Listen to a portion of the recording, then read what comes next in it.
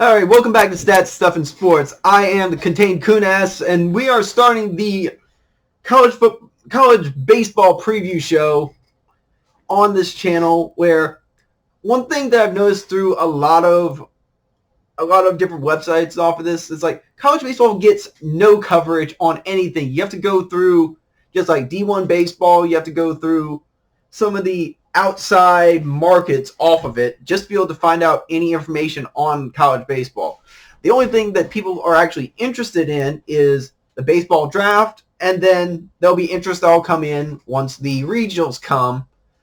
Regionals, Super Regionals, College World Series.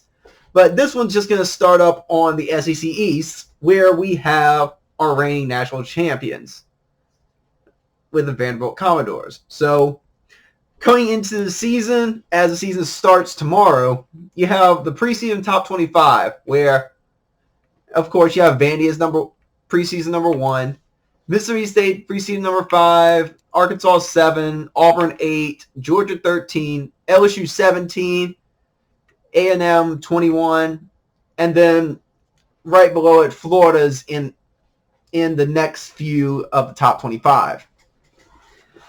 Now, soon enough, before the games start tomorrow, I will be putting out the SEC West video, or hope to be. But let's just get started with projections. Of course, Vandy's expected to win it. Then Florida had a down year. They had a bunch of young players, so they're a year older. They haven't lost too much, so they should be back. They should be back and better. Georgia lost a bit. Tennessee's lost a decent bit, but a lot of outlets I found are considering them to be the dark horse. South Carolina and Kentucky and Missouri, who Missouri is barred from any regional and postseason competition for this year. So I'll be limited on what I actually do discuss on. Now let's get started with your reigning national champs. And they lost a bunch on offense. J.J. Bleday, SEC Player of the Year, top four finalists for the Golden Spikes Award. He has had some guys from Arizona State and California kind of take those away. Then you have Steven Scott, also in the outfield. He was a 10th round pick to the Red Sox. Ethan Paul in the infield at the shortstop, 9th round pick to Pittsburgh. Philip Clark, their catcher/DH, which they end up splitting roles between him and his replacement. I'll speak of later. He threw out 12. Clark threw out 12 players trying to steal off of him. And then Julian Infante, while his batting average is fairly low, he did come up clutch very often during his senior year. And after a fairly strong beginning of his career, he kind of died down towards the end, but 12 homers is solid. But pitching, a lot of people are hearing about the pitchers that are left over, especially Rocker, based roughly off, or pretty much only off of the one start that he had that he had 20 strikeouts in, which, yes, is ridiculous.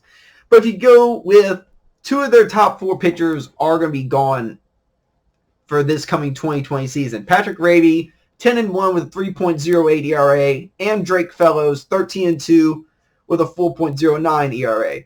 Fellows was a senior. Fellows and Raby were seniors. Now, it's not to say that Vandy isn't still loaded. They still should run away with this division. I think more of their competition is going to be in the West, but I'll come at that later. Because you have 5 teams in the West that are currently projected in the top 25 preseason. But yeah, Vanderbilt still has another potential top 5 pick in Austin Martin, where he batted .392 last season, 10 homers, 46 RBIs, 18 stolen bases. Potentially the whole 5-tool guy, where he's got power, speed, batting average, defense, and he doesn't strike out. I don't know if that's the full 5, but let's just roll with it. Then Harrison Ray in the outfield, being the lone starter that does return. He he is a speedster with his 21 stolen bases and preseason second team All-SEC. They're also returning senior Ty Duvall, who's going to replace Clark at the catcher spot as they split roles off of it. Duvall isn't as good of a defensive catcher, but offensively he will be solid. He'll be solid in that same way. Now, as I said earlier, there are other two top pitchers that returned from last season. Kumar Rocker, 12-5, 3.25, 114 strikeouts. Whenever he comes out next season, because he's only a sophomore, whenever he comes out for a 2021 draft, he could be the top pick, if not like at least a top 5, top 10 pick.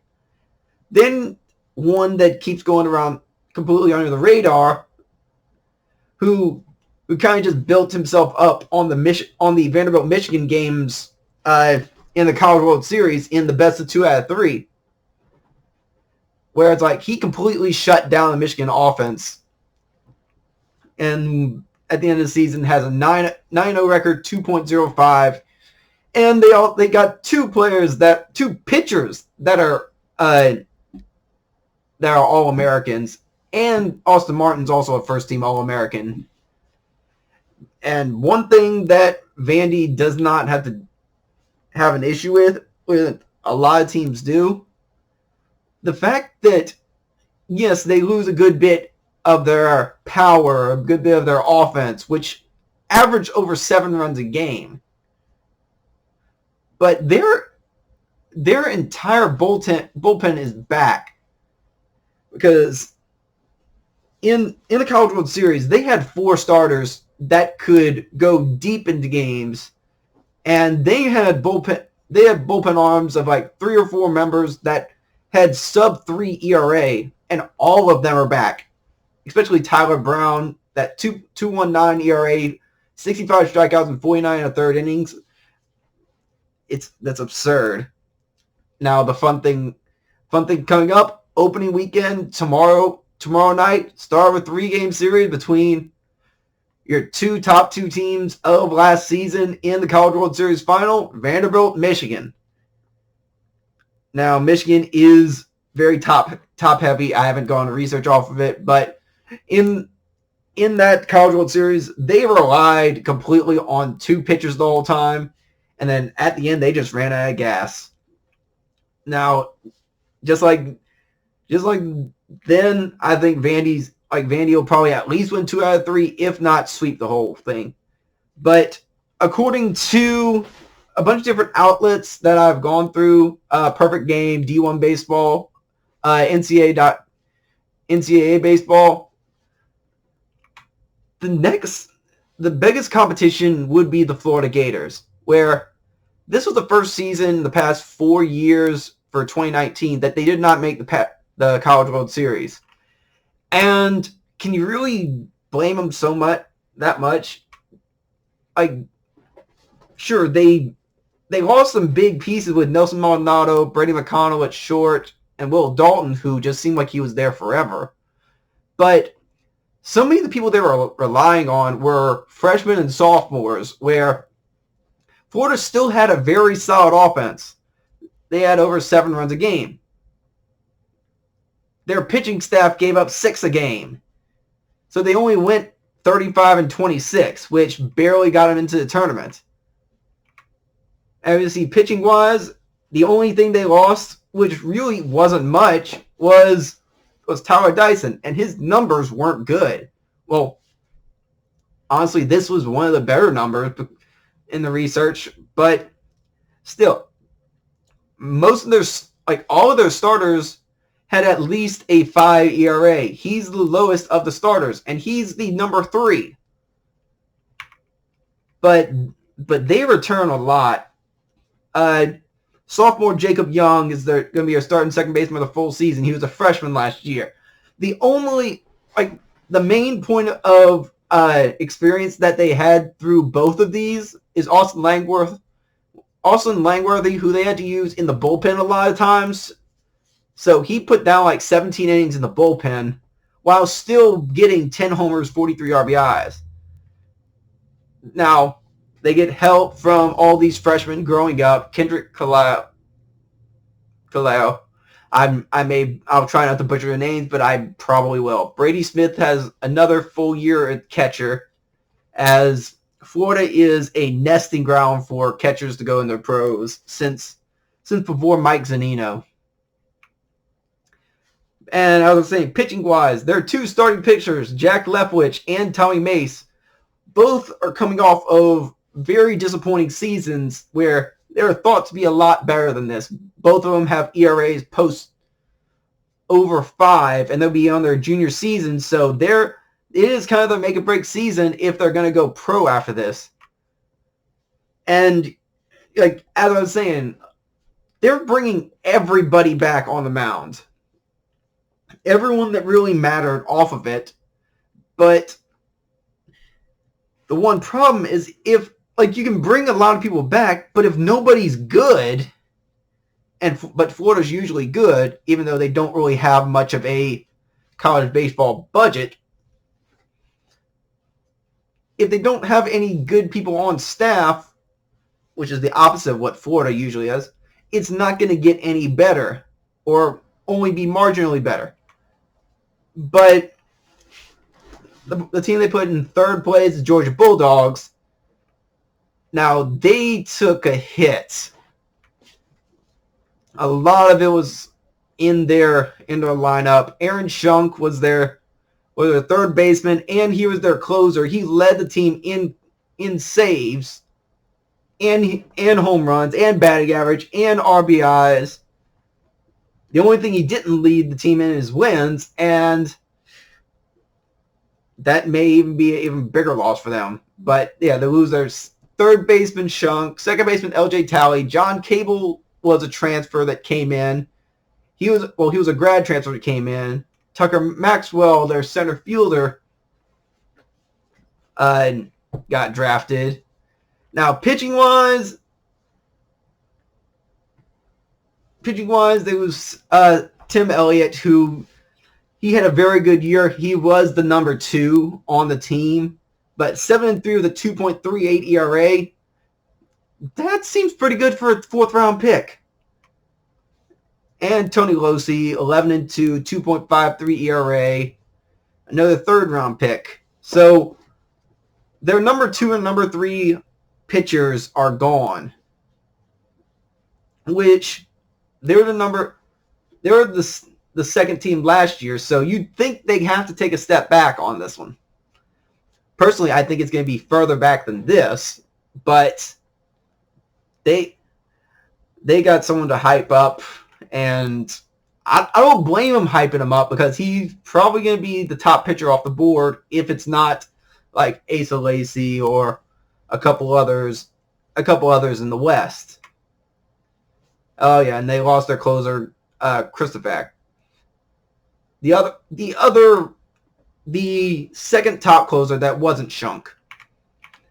But they're bringing back Riley King, who is a second team All-SEC. Patrick Sullivan at first base. Cam Shepard's what's considered the best defensive shortstop in the country last season.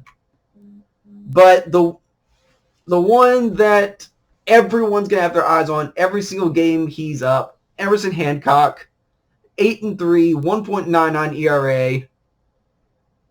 His stuff is filthy. He would just go every Friday night, beating the Aces, and the games that he lost 2-1 or 1-0. So it was completely on the offense that they completely had shut down. Which, as much as you think that their offense took a hit after last year, it's got to be worse off of it statistically overall. So it could be a rough year for Georgia. Cole Wilcox is... Now, I didn't want to actually include him because he statistically did not have a great year, but he was a true freshman last year, so that gives him a little weight. But he was considered the 10th best prospect coming into this next draft prospect, which I think is a bit high. there's enough pitching in here and enough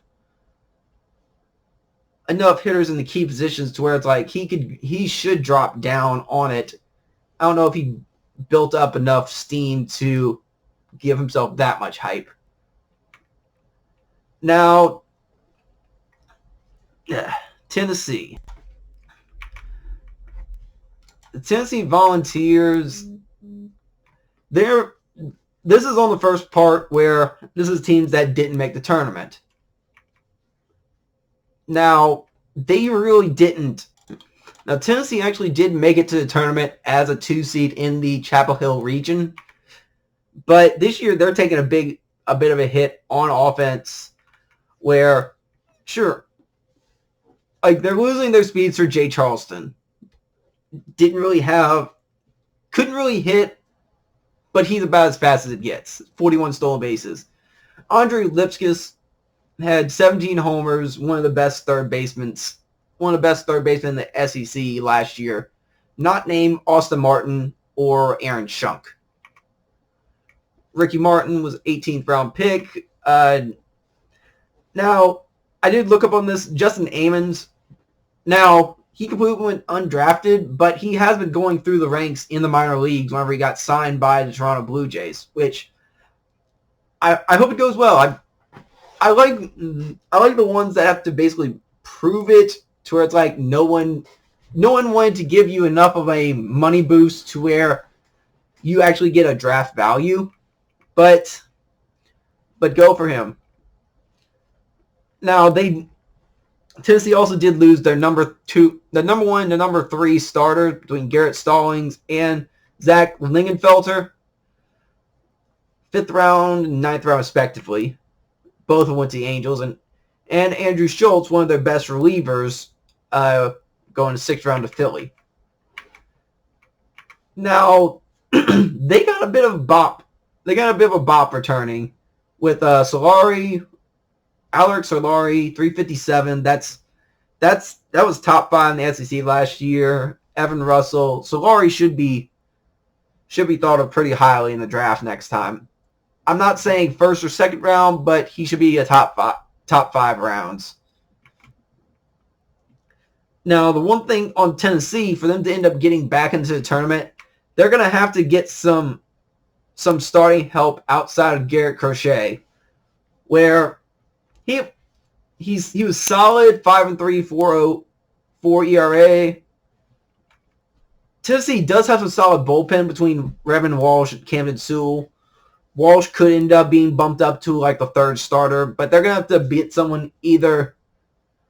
They're going to have to have someone that was one of the junior college guys or one of the freshmen either become that midweek starter or get someone who struggled last year to prove themselves and build themselves back up. Now, South Carolina,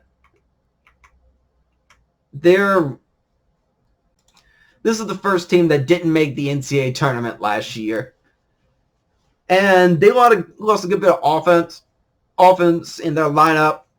A bunch of their pop, multiple players with double-digit homers between TJ Hopkins, 4-year guy, 11 homers, 18 stolen bases. Luke Berryhill, one of the better hitting catchers with 12 homers. Then you have Jacob Olson. And on the mound, they only lost their number 2 pitcher with Reed Morgan. 13th round isn't bad. Now, hitting-wise, one person that I could see to be a sneaky MVP candidate for the conference is Andrew Eister. Because you don't hear anything on him, even for the South Carolina quarters. They don't talk about Eister. They're talking about more Noah Campbell. They're talking about Brett Kinney. And there's talk on Karen Mladzinski. I hope I got that right. But for the fact that he got hurt midway through the season last year, broke his foot, he was out for the rest of the year. Because of his stuff, he's going to get drafted high if he can end up staying healthy. Now, I know there isn't very high expectations for them, But South Carolina's pitching should be pretty good. They have depth in the bullpen. If one of them, like just like Tennessee, if one of them step up to end up doing better, like going longer into extended outings, this could be a sneaky team to actually win. Well, not win the division. No, I'm not saying that, but a sneaky team to end up making the NCAA regional. So, but really the one team that I actually call a sleeper would be Kentucky. Now, I do realize the big name that they lost, and that's Zach Thompson.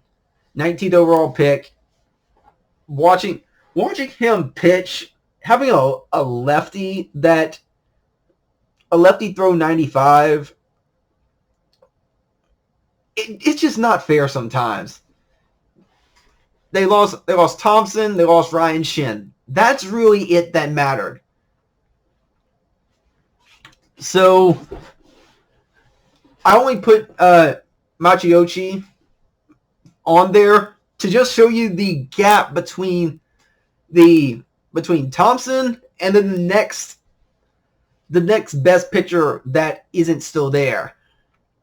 So like they're returning their third baseman Kessler, who also is a catcher. They're returning Jaron Shelby, Austin Schultz, TJ Collett. Now pitching wise, they got an issue. They have it worse than some of these. They got it worse than South Carolina. They got it worse than Tennessee. Both of them at least have a guy who is solid. None of these teams down from 4 to 7.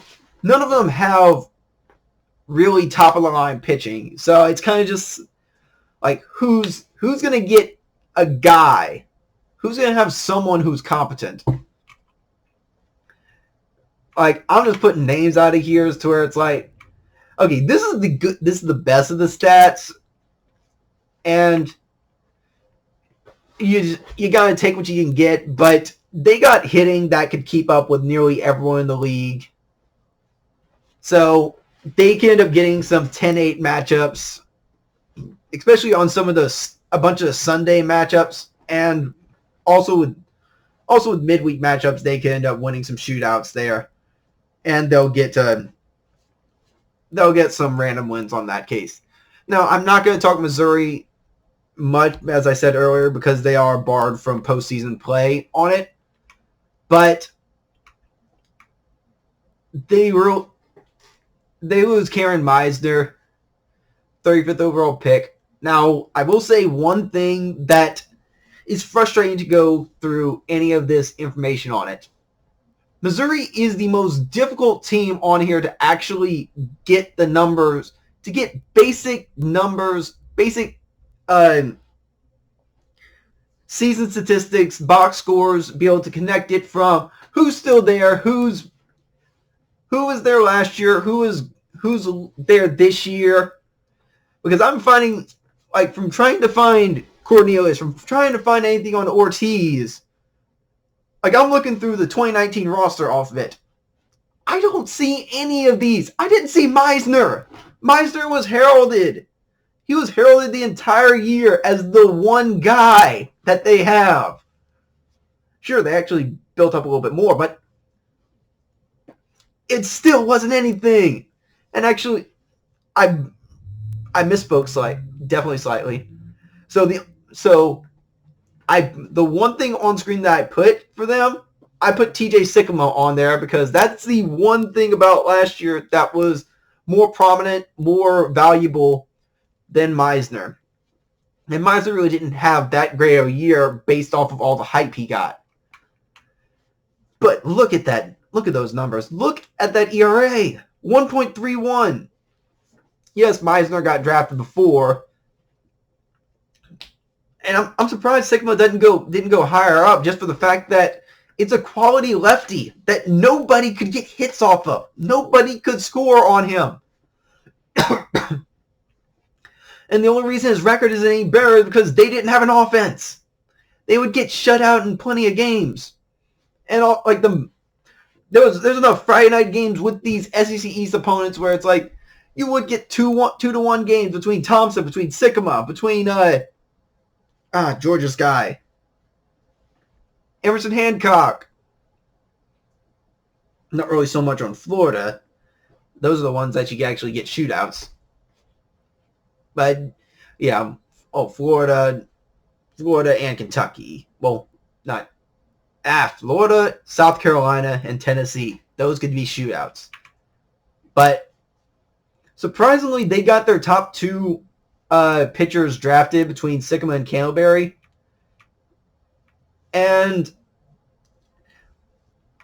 this team's just going to have some struggles this year. There's not really anything of a strong prominence to really expect too much for them. And for the fact that they're barred from postseason, you shouldn't expect too much. Now, that's going to be it for this. I know I let this out a little long, but there's 7 teams. I have to give a little bit of time on each of them, despite how they're actually going to do during the season. Now, please, if you like this video, please like it, please subscribe it, please share it to other people. I do want to show more college baseball content because there's not much going on. I am going to put another video out very soon on the SEC West, which is going to be the more prominent conference based on in the NCAA tournament, because you're going to get more likely at least 5 teams to make the tournament, maybe a 6th with Ole Miss. But with that being said, I am the Contained Kunas. This is Stat7 Sports, and I'll see y'all later.